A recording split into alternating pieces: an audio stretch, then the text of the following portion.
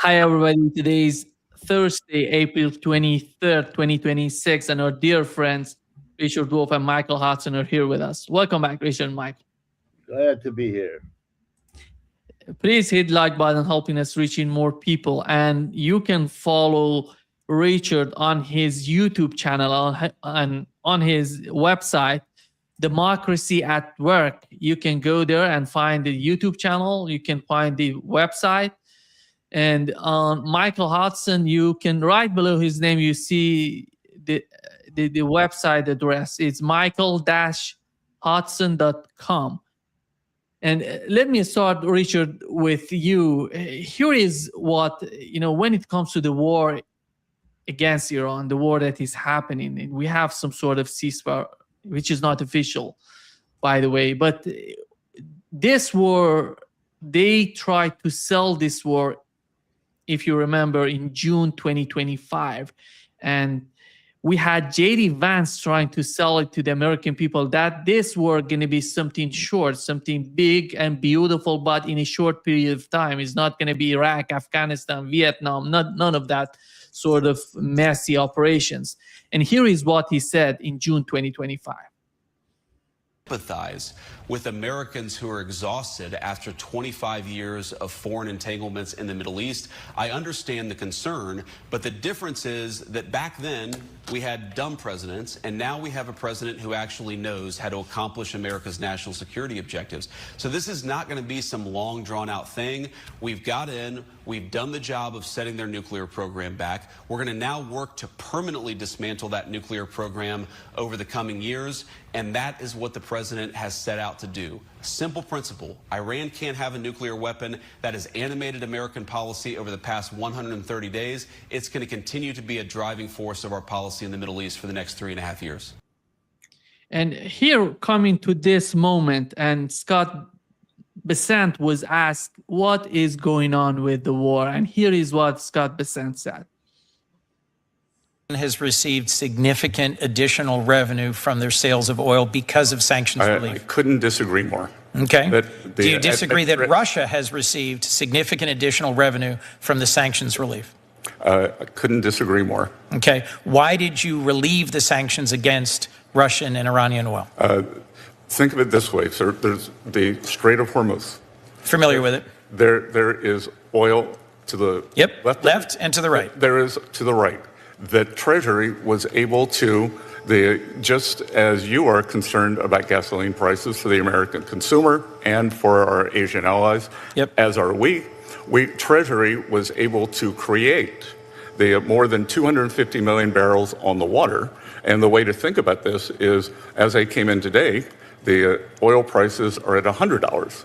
If we had not done that sanctions relief, they might have been at $150 because the world became very well supplied. Richard, your understanding, how convincing was the argument on the part of Scott Bessent? Well, Mr. Bessent is an embarrassment, right? The question of that politician had to do with the benefit to Russia of the relief of the sanctions. The honest answer to that was, of course, it's a benefit to Russia because they can sell oil. And let's remember, they're the largest repository of oil on this planet. And they sell it all over the world. And the price went up, as Mr. Bessent just said. And therefore, Russia is making much more money. In fact, so much more money that the United States is in the odd position, which honesty would require you to say, that we, by our policies, have seen to the closing of the Strait of Hormuz. That raises the price of oil, and that helps Russia pay for its war in Ukraine. That's the reality. That's the truth. Mr. Bessent, who either doesn't understand this simple story or understands it, just doesn't want to admit it, because that's the complex mentality the man has. And so he starts mumbling about how it could have been even worse, which is not an answer to the question, because had he let the strait go and had the price of oil gone to $150, it just would have meant that you're subsidizing Russia even more than you currently are. So that's the kind of dishonest, fooling around, hoping people don't pay attention that characterizes this government. But let me say a word about Vice President Vance. First of all, please note the extraordinary courage this relatively young man has. He is explaining that all the previous presidents over the last half century have been, and I'm going to use the word he used, dumb. They were dumb, except for this one, his boss, who happens to be brilliant. So we're not supposed to ask the question. Maybe the previous presidents who were opposed to the regime in Iran, we know that's true, took a look at the military options and decided not to do what Mr. Trump, in his brilliance, has now done. And so they weren't dumb, they made a different assessment of what the risks and benefits were. And what do we now know? We know that Mr. Trump and Mr. Vance made a cataclysmic mistake in what they did. If anyone deserves the label dumb, it's them. They were too dumb not to ask the question, why would Obama and Bush and Clinton, who were working against the Iranian regime from day one, why did they not do what Mr. Trump did? The answer, they were too dumb, tells you only how dumb that answer is. Let's be clear, they didn't do it because they were afraid it might not work out. And what do we now know? It's not working out, is it? Not at all. If you go in and you stop after 12 days, well, we know how that works because that's what happened last year. But if you go in and you have much more ambitious hopes of what you can and cannot do, you're going to discover that your predecessors weren't dumb. They didn't get themselves into the kind of disaster without an outcome that you're now sitting in. What's happening now is a government, we've talked about this before. This is behavior that is systematically one kind of behavior, and it's called desperation. Telling the world we're negotiating when we're not. Telling the world things are happening that aren't. Telling the world you're going to do this and that. It's so bad that our president gets the nickname Taco. Trump always chickens out. I mean, that's not an achievement. You take a look at his polling numbers in the United States, the percentage of Americans, Republican, Democrat, and Independent, who disapprove of his government, it's now 2/3. 2/3, much worse than it was as little as 2-3 months ago. This invasion of Iran is a disaster for the United States. It may be a problem in other parts of the world, no doubt, no doubt. I just heard from a friend of mine who was scheduled to fly to a very famous destination in Spain, that people in Europe go there for vacation. His flight was canceled. I learned it this morning. His flight was canceled because all flights to that spot in Spain were canceled. That airport has closed because they have to save on jet fuel, which is a direct consequence. We're seeing that all over Asia. In the Philippines, they've cut the length of the work and the school week from 5 days to 4 days to conserve on their oil and energy that they're dependent on imports. I mean, the Iranians, by doing what they have done with the Strait of Hormuz, showed that not being dumb is a much greater strategy for success than having military dominance. The United States had military dominance and political backwardness, and it's paying the price. Iran is paying the price also, but Iran has a compensation. They are winning this war, and that's the reality, and Americans cannot, will not get their heads around that. Mr. Trump has that going for him. His only way out is to retreat and insist, in the way that he's good at, that what just happened to him and to the United States is actually a glorious victory, and hope that that will not be questioned any more than the nonsense you just showed us from Vance and the nonsense you just showed us from Bessent is understood. This is a flim-flam game, and we're supposed to be the patsies who fall for it.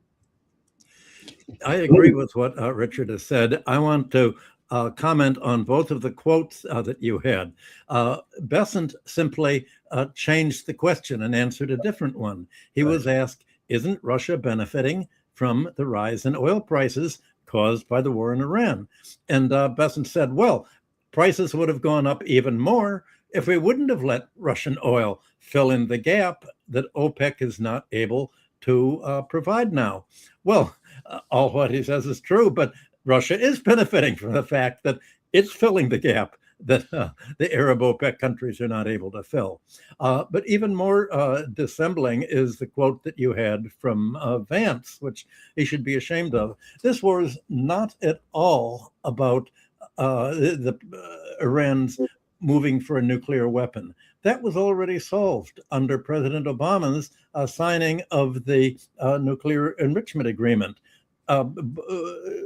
Trump withdrew from that. The aim of this war, as we've said again and again, America wants to control the supply of oil in the Middle East and all throughout the world so that it can use oil as a choke point to compel other countries to obey its foreign policy dictates or else be cut off. So it's really all about oil. And in order to do that, well, number one, what do you need? Well, just as the U.S. and Britain overthrew Mossadegh in 1953, you need a regime change.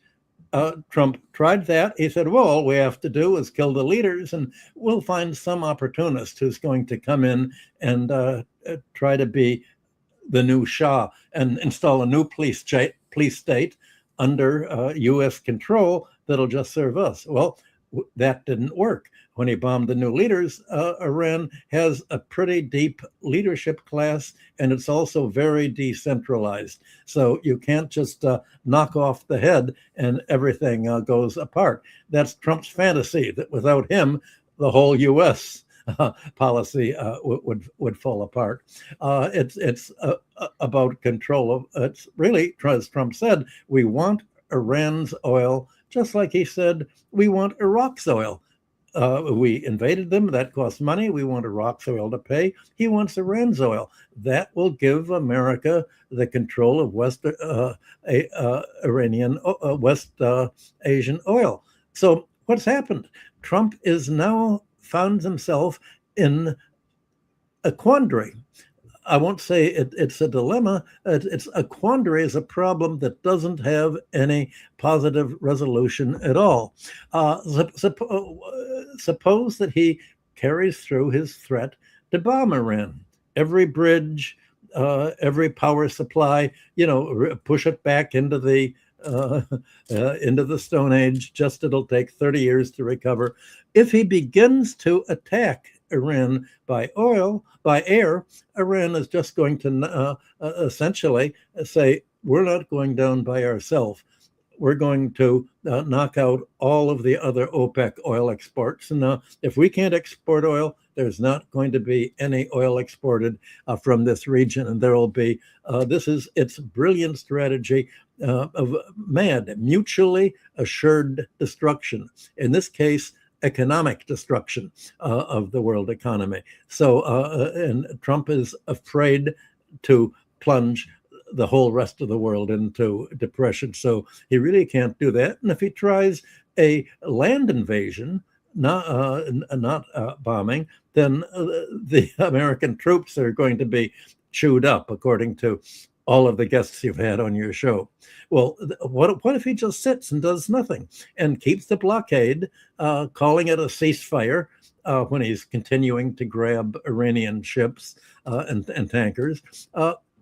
Iran could treat this as an act of war and attack the Arabs, but what it's going to do is just continue to charge tolls for the ships going through, and the postponement of oil exports at anywhere near the former level of hundreds of tankers a day to just maybe a dozen or so who take the time to fill out anything. This is going to have the same effect as wiping out Arab OPEC oil. There's going to be a world oil shortage, and that's going to push the rest of the world into depression. We've already seen all the results from, as Richard pointed out, from airline fuel to fertilizer to all the other things. So there's nothing that Trump can do that'll make things better. And his only real solution would be to walk away. But that would mean to acknowledge that he was a failure and the other presidents were right not to get entangled in this. There's a reason they didn't go to war with Iran. They all said, well, we're going to do that someday, but let's hit Iraq first. Let's hit Syria first. Let's find something else. That we're not ready to do it. And America's not only not ready to do it at the time it attacked, but it's now out of weapons. It has hardly any more bombs, hardly any more missiles, hardly any more missile launchers, not many airplanes. It's depleted its ability to wage war and is now in a much weaker position, if it even tried to go to war with Iran, than it was before.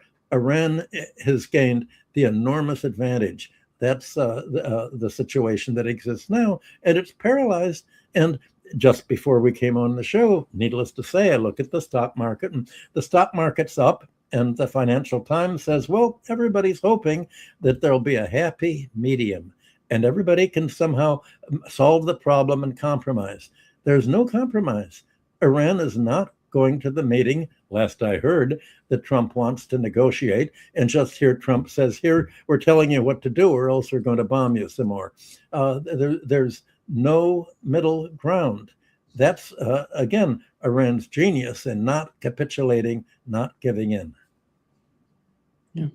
I would also say that there are, even though we can't see them in precise detail yet, there are future consequences that are already beginning to show. And I think those are as important as anything else that we can say. Let me give you a couple of examples. What the Iranians have shown the world is that the attempt of the United States to be the global hegemon, to be the global unipolar, whatever you want to call it, is an extremely risky and costly enterprise for the rest of the world. Whatever it is for the United States, and I would argue it's costly here too, but put aside the United States, the rest of the world will be forced to face the following. When Iran was able to control the strait, which it has been for years, it did not interfere, it did not charge, and hundreds of ships were able to go through there, thereby enabling the very expansion of capitalist investments around the world, because the long supply chains coming back from Asia and Africa and Latin America could use the Strait of Hormuz, among other ways, to move inputs, outputs, and so on. They were a very good cheap manager of that waterway. When the United States and Israel attacked, they stopped being a good organizer without a cost. They are saying that because the United States attacked them and they're determined to rebuild whatever the damage is that the United States and Israel did, bombing, the different cities, doing the damage, in Tehran and so on, they're now going to charge. The whole world is going to pay a price. Your ship, when it goes through the strait, is going to give Iran money, millions of dollars for every ship, in order to compensate for what the United States and Israel did. It is a brilliant move in which the cost of the American empire is becoming a real experience to the rest of the world. And they're going to be upset about it. It's going to eat into the profits of shipping companies. It's going to eat into the cost of living everywhere. The whole world will be instructed. You want to know why the loaf of bread you're eating cost you more today at the store? Well, then the explanation will tell them the story of what has just happened. This is a very serious problem if you're operating an empire. The United States empire was built on the notion we bring you prosperity, democracy, blah, blah, blah, all of that. But the reality that is now being taught to the people is we're bringing you higher costs, we're bringing you extraordinary risks, we are explaining why you can't afford to take a vacation in your car, etc., etc., etc. That is a long-term cost here that we're going to have to think about. And the second one, which I know you have had people on talking about, so I won't spend time, but the people, the 8 or 9 countries in the Gulf have learned that an American military base doesn't bring you security, it makes you a target. It's the opposite of security. It puts you at enormous risk. Because as Michael correctly said, Iran from now on, no matter what happens, is going to rebuild its capacity. We know it will have missiles and drones because they can be supplied with missiles and drones by the Chinese via the Russians forever. They have common borders. Nobody can interfere. Short of a nuclear war, they can rebuild their military capability. So what are you doing? You're saying to the Gulf states, the Iranians are going to rebuild. They're going to be helped in that because the Russians and the Chinese need a strong Iran as an ally. They've already shown that. They will continue to show that. They're showing it now. And that puts the Gulf countries at risk, just as it puts the entire oil business at risk. You know, the United States empire has to maintain passivity.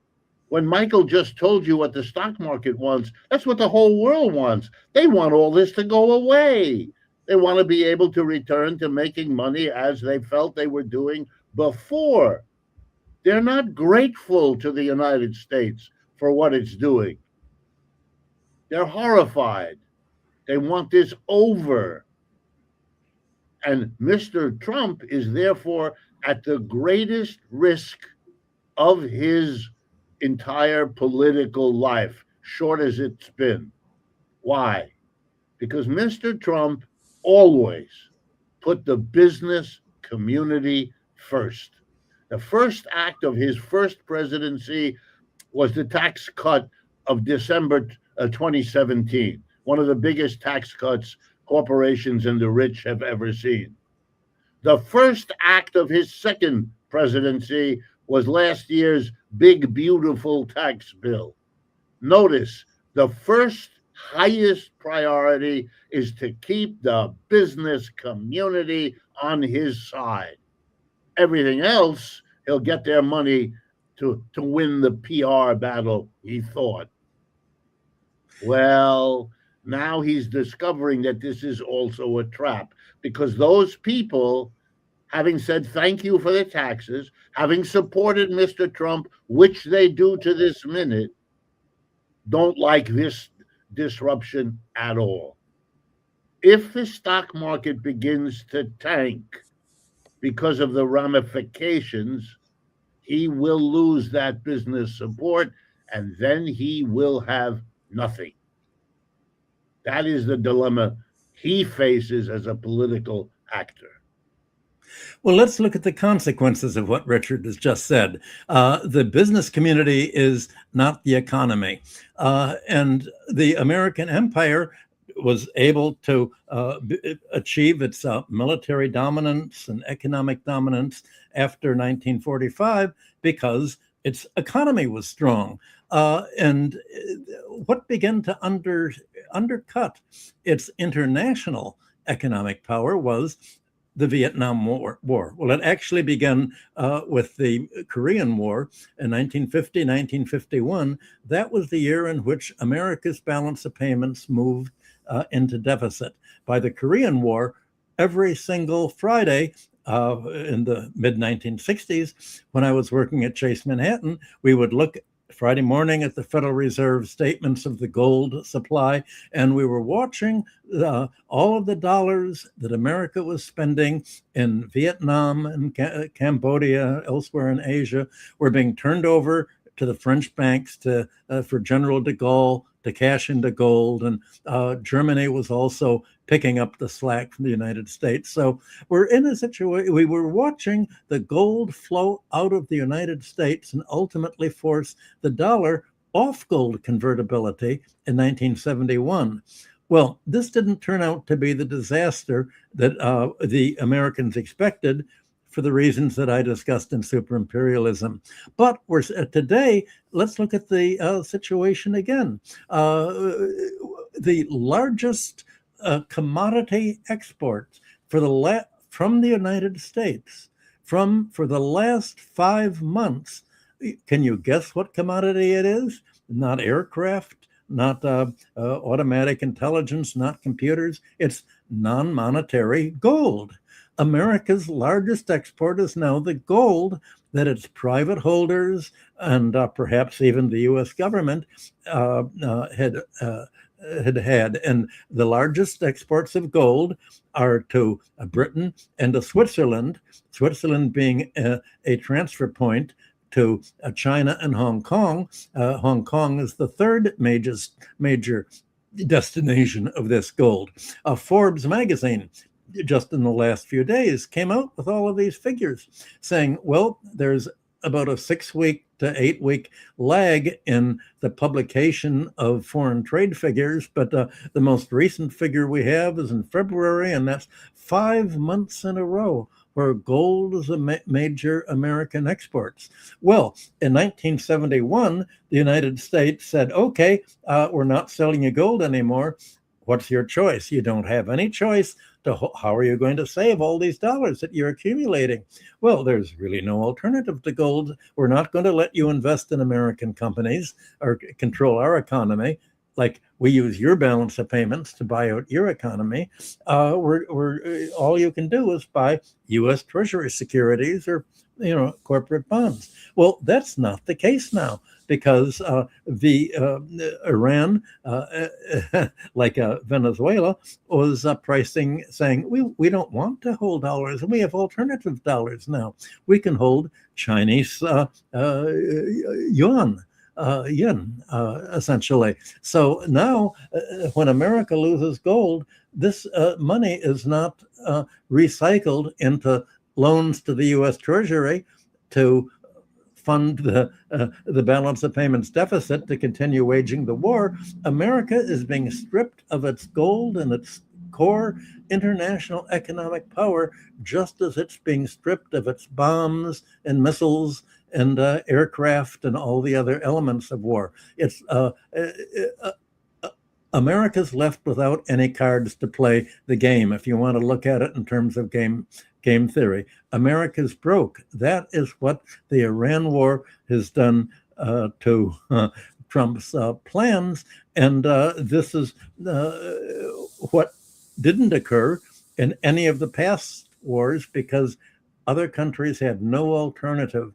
Now we're seeing an alternative to the U.S. empire come into being, de-dollarization, and the whole world is splitting, as Richard and I have been describing for the last year.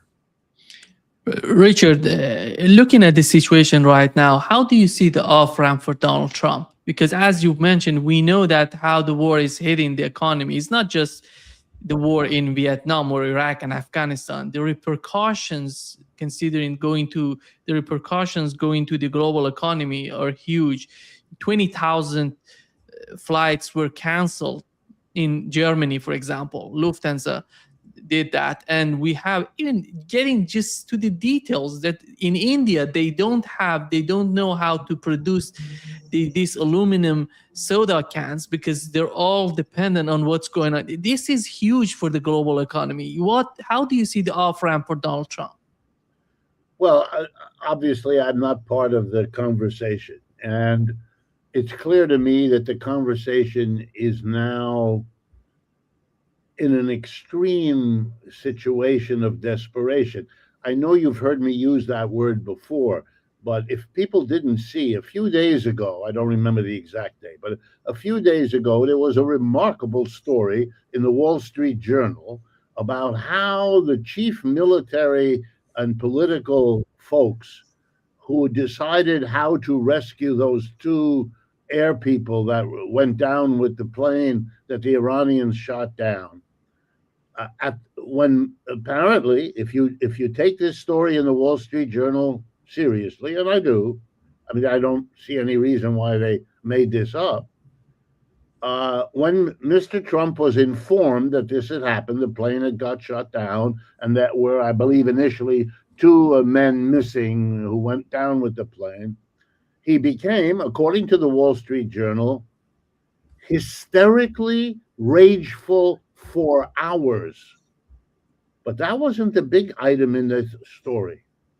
The big item was that the people, and I presume, I don't know, but I presume the people in the room of the Situation Room included Marco Rubio, the Secretary of State, Mr. Vance, because they're normally with him in these emergencies. They insisted, together with the military leaders, that Mr. Trump leave the room, and he was ejected from the room for hours. Periodically, one of the people inside the room making the decisions about what to do in this emergency sent someone out of the room to tell the raging president what they were doing. But the commander-in-chief wasn't commanding anybody. He was being commanded by people who were not elected to do that. Okay, you know what that tells you? It tells you that when the vice president, probably in on this, explains how dumb everybody else was, it's he who's the dummy in all of this. He doesn't understand what they're doing. If you take seriously the clip you showed us, then it's clear that we are being led by people who hope something will work out, take enormous risks, and discover it won't work out. That they live in some sort of analytical bubble. Everybody else is dumb, but they see what the reality in Iran is, and you can go in and kill the Ayatollah and everything falls apart. I mean, a bigger mistake than this, you have to take some time to find a bigger miscalculation. So it isn't a mistake. It is something that is built into the way these people are functioning. Or if you like, it's a mistake that was waiting to happen. Okay, why am I stressing on this? It seems to me that so desperate an off-ramp that this is what I would guess he will do. For the part of his base that needs to believe the United States is the big, powerful everything, he will undertake another day or another week of bombing the crap out of Iran. And we will have our television in the evening full of pictures of missiles crashing and fires burning and buildings crumbling and all of that. And then he will declare, in the way he has shown us in recent weeks, that the Iranians suffering under this barrage of whatever missiles he has left have asked for peace. And because of the difficulties in the world economy, and because he is a good man, Mr. Trump will agree to stop at this point. He will have gotten some commitment, he will say, about nuclear refining. He will have gotten some commitment about the opening of the strait. And so our goals have been achieved. We've taught these Iranians a lesson. It's a victory. And he'll come home and he'll organize a parade in downtown Washington to celebrate the victory in Iran. That's what he'll do. And he'll have to live with all of the commentators here in the United States who will make fun of him for covering a defeat with fakery. But for his base, that third of the American people, Fox News will carry the story the way he wants. And so he'll continue. It's shrinking, but he continues to be a candidate appealing to, above all, to that base. And so that's what he'll do because he has to stop. Yeah. Well, in other words, Trump will make a public relations spin on his loss of the war. Yeah. Richard, I love that you're referring to these people. It really is these people who Trump has surrounded himself with. Remember that Tulsi Gabbard testified before Congress that all 18 agencies of the United States said Iran had not been working on an atom bomb for over 20 years. There was no movement at all towards an atom bomb. But after that, the head of the CIA, Ratcliffe, came and said, yes, Iran's been working on an atom bomb. Well, Ratcliffe essentially ignored everything that apparently the CIA and every other U.S. agency under Tulsi Gabbard's purview had said. Apparently there were large amounts of resignations from the CIA.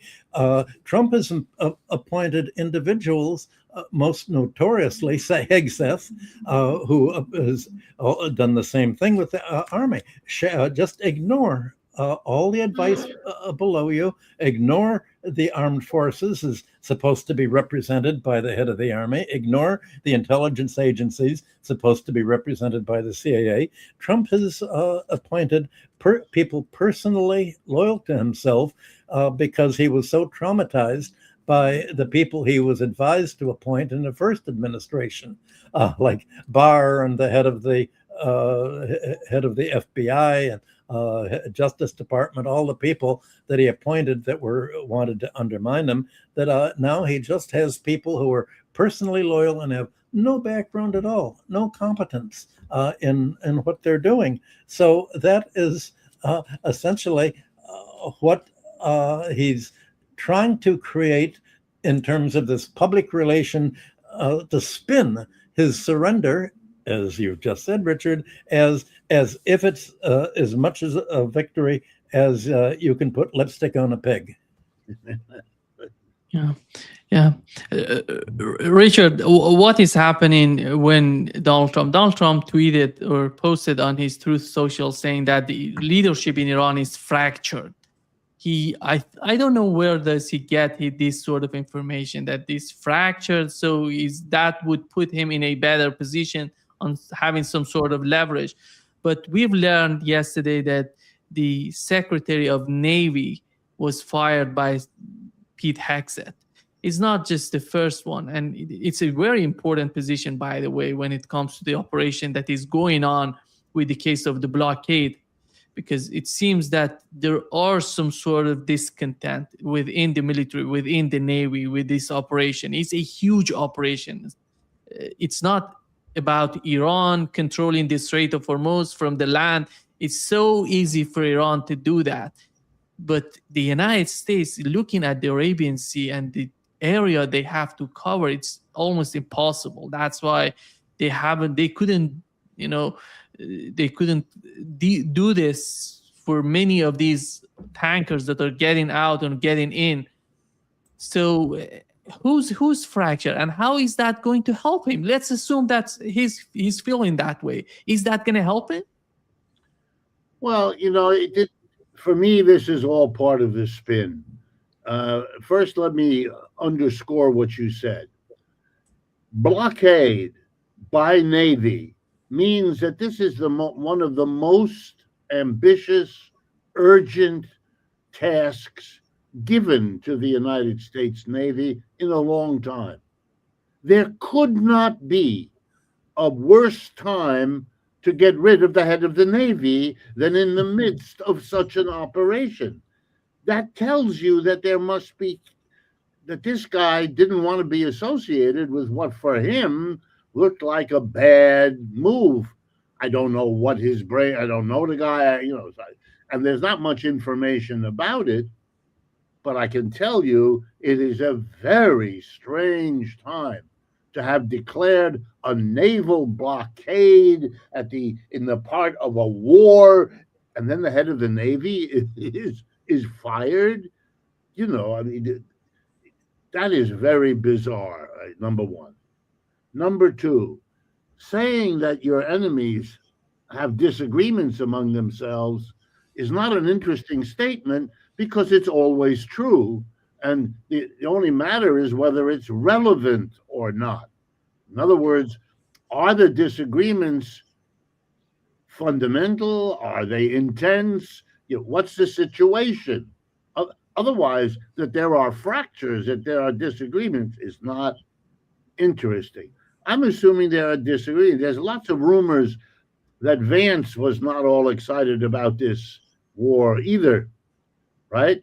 So there are fractures, but Mr. Vance made the political decision to be a loyal vice president and go along. Clearly, he did it last year, but he's doing it now as well.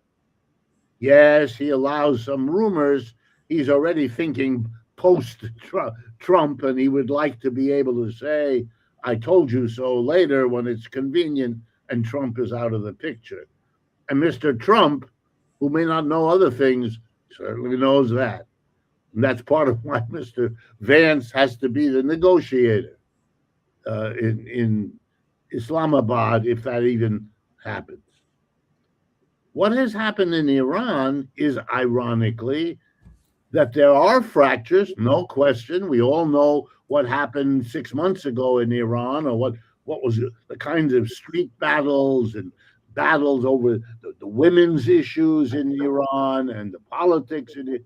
But what has clearly happened, and we really do know it now, is that attacking the Ayatollah and bombing the cities has brought Iranians together to overcome and set aside, not that they forget them, but to set aside their disagreements and hang together against the United States.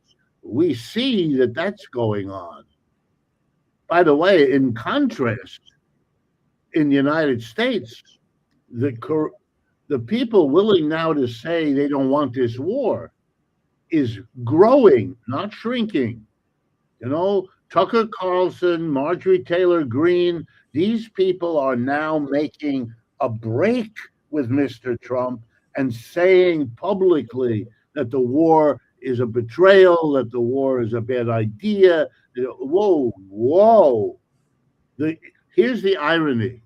The Iranians would be in a better position talking about fractures here than the other way around, because that's what's actually showing up. Yeah. Michael, I think the question right now is the economy, and most of these countries, GCC countries, the states in the Persian Gulf, are in a dire situation. And we've learned that UAE is running out of cash. They're asking for some sort of financial bailout from the Trump administration. And with this blockade happening, Iran is just, if they're not receiving anything, then UAE is not going to receive that. They're just putting some sort of blockade on GCC countries. How do you see the situation with these Arab states, GCC countries, as time goes by? Are they going to reevaluate, reassess their strategy in the region?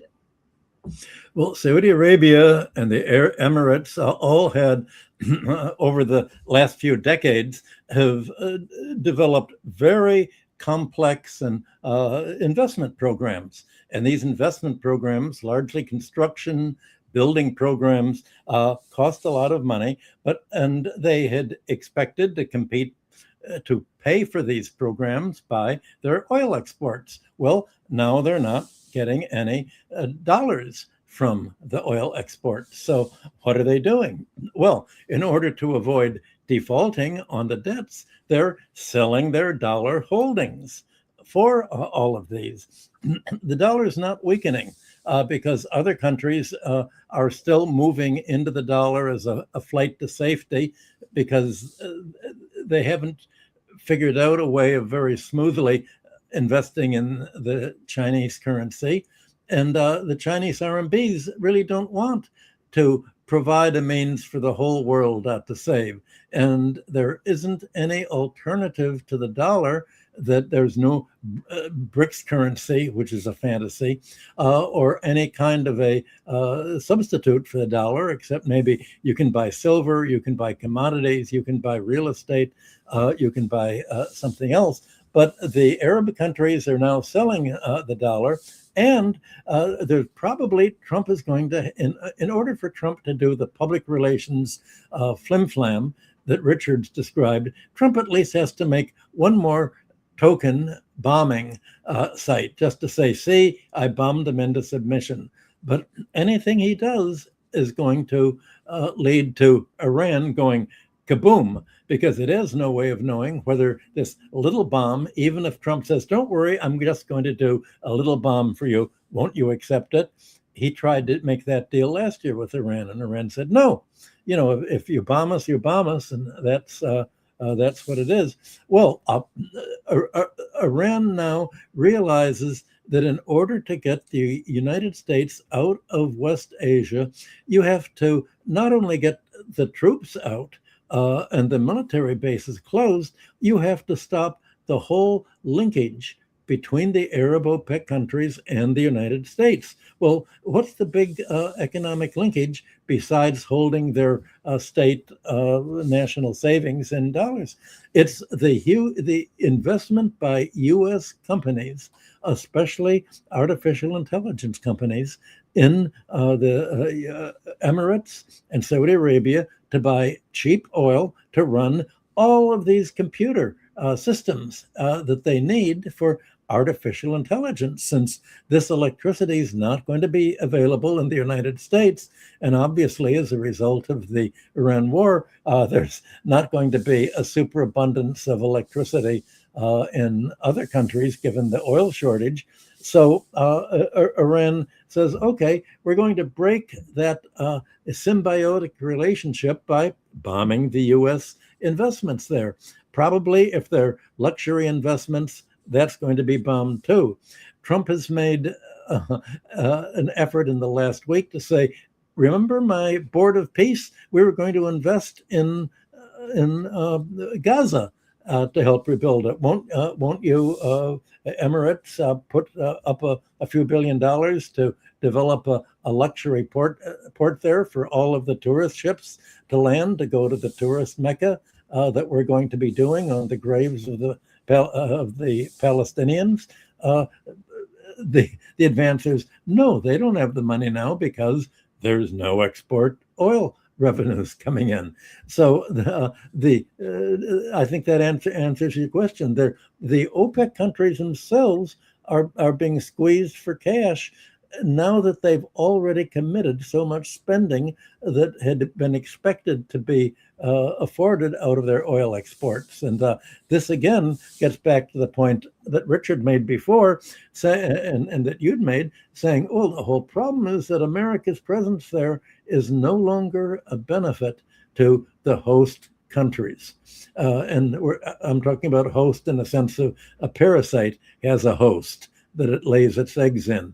The host countries are not benefiting from the U.S. military bases there because America has not only no interest in defending them, but just the opposite. None of these countries, from Saudi Arabia, the Emirates, Bahrain, were consulted on America's war with Iran, nor were the European countries. America does whatever it wants without concern for any other countries. Now they're suffering the costs of the risks that they've taken. And in addition to not having American military support, the economic support is being, all of the connections for this business investment are being pulled out too. So this really looks like an end not only of dollarization financially, but dollarization of actual tangible foreign investment in these countries. Also, just again, we're doing what I was mentioning before. We're beginning to think through the implications as they move into the future. Here's another one. We're going to see every corporation engaged in world trade. That's a lot of them. And every country that depends on world trade, and that's a lot of them. They are now going to reconsider, recalculate what they do. Iran has shown that it has the power to close the Strait of Hormuz and will do it if attacked. Israel, everybody presumes, will attack them.